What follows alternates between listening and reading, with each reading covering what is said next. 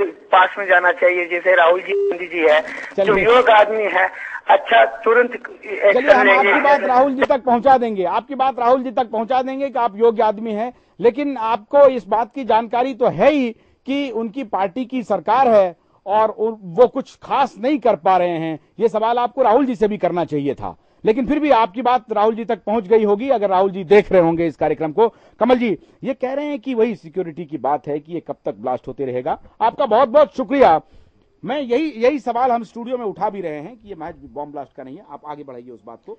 देखिए वो तो उसमें प्रेसिडेंशियल फॉर्म ऑफ सिस्टम जो है उसको मोटे तौर पर रिजेक्शन है, लेकिन ये मेरा मानना है कि ये सिस्टम कोलैप्स करता जा रहा है। या तो इसको दुरुस्त कीजिए और नहीं तो अल्टरनेटिव ही सोचना पड़ेगा। मेरी इसमें राय ये है क्योंकि संचार के माध्यम बदल गए हैं और ये जितनी डेमोक्रेसी के फॉर्म सोचे गए वो ओल्ड सिस्टम में सोचे गए, ये 2 सदी 3 सदी पहले के हैं। जो नया संचार के माध्यम बदले हैं उनमें डेमोक्रेसी का एक नया रूप भी सोचा जा सकता है और इस पर मेरे दिमाग में कुछ राय है और इस पर हम लोग फिर कभी चर्चा करेंगे। जहां आपने मुद्दा नहीं, वो एक बड़ा लंबा विषय है। हाँ। लेकिन जो आपने सॉल्यूशंस की बात कही थी, सॉल्यूशन इसी सिस्टम में है।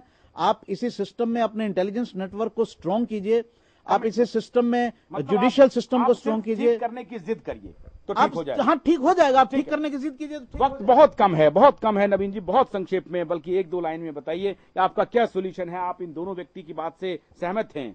एक तो कह रहे हैं कि इसी सिस्टम में बदलाव हो सकता है, दूसरे कहते हैं इस सिस्टम से कोई विश्वास नहीं। सिस्टम में बिल्कुल बदलाव हो सकता है। मैंने कहा कि एक्शन लेने की बात, और जहां तक शायद साहब प्रेसिडेंशियल फॉर्म की बात की, तो मैं उनको याद दिलाऊंगा कि इसके पहले एक नेता थे बसंत साठे।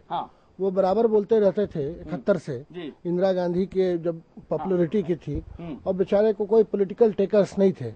मेरे ख्याल से कोई पॉलिटिकल पार्टी इसका टेकर नहीं है आज के दिन। चलिए नवनीत जी बहुत संक्षेप में। जी देखिए, कानून तो है और अदालत भी जो है बहुत अच्छा काम कर रही है, लेकिन 10 साल आतंकवादी को, एक दर्शक ने कहा कि 10 साल आतंकवादी को फांसी देने में जो देरी हुई, वो राष्ट्रपति भवन और गृह मंत्रालय के बीच जो दूरी 10 मीटर की है उसमें 10 साल लग गए। तो कहीं ना कहीं राजनीतिक मामला है जो देरी करता है। चलते चलते बोल दीजिए आप कि राय बदली आपकी कि इसी सिस्टम में बदलाव हो सकता है या इस पर भरोसा नहीं है? मुझे व्यक्तिगत भरोसा नहीं। बहुत बहुत शुक्रिया। 2 महत्वपूर्ण बात आ रही है। ज्यादातर वक्ताओं ने कहा कि इस सिस्टम में बदलाव हो सकता है। आपको सुधार करने की जिद होनी चाहिए, सुधार करने की इच्छा होनी चाहिए, शक्ति होनी चाहिए कि आप सुधारना चाहते हैं तो सुधर सकता है। मतलब साफ है कि पार्लियामेंट में जो हमारे चुने हुए प्रतिनिधि हैं, अगर ये जिद कर लें तो मामला ठीक हो सकता है।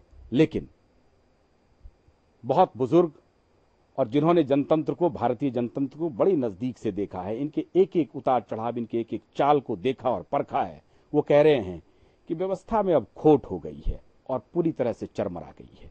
अब एक दूसरी व्यवस्था बहाल करनी पड़ेगी। इस पर आगे हम चर्चा करेंगे, लेकिन यह फैसला आपको तय करना है कि क्या दूसरी व्यवस्था को बहाल करने का वक्त आ गया और वो दूसरी व्यवस्था क्या होगी। कमल जी कह रहे हैं कि सूचना क्रांति के दौर में व्यवस्था में अब बदलाव के तरीके अलग हो सकते हैं, इस पर विचार हो सकता है, लेकिन इसमें यह तय है कि अब यह बॉम्ब ब्लास्ट रुकनी चाहिए। सरकार को अब जिद करना ही पड़ेगा। जनता धीरे धीरे जाग रही है, आपको भी जगना है। पूरे देश में शांति के साथ आप रहें, अमन चैन के साथ रहें, किसी भी प्रकार के बहकावे में न आए। आजाद न्यूज आपसे अपील करता है और कम से कम कम्युनल बात पर तो आप 1 मिनट भी तवज्जो ना फरमाएं।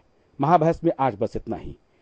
अगले रविवार सोमवार को हमारी आपसे मुलाकात होगी, लेकिन कल भी आप एक बेहद गंभीर मुद्दे पर हमारी चर्चा को देख सकते हैं। फिलहाल आशुतोष को मत दीजिए। नमस्कार।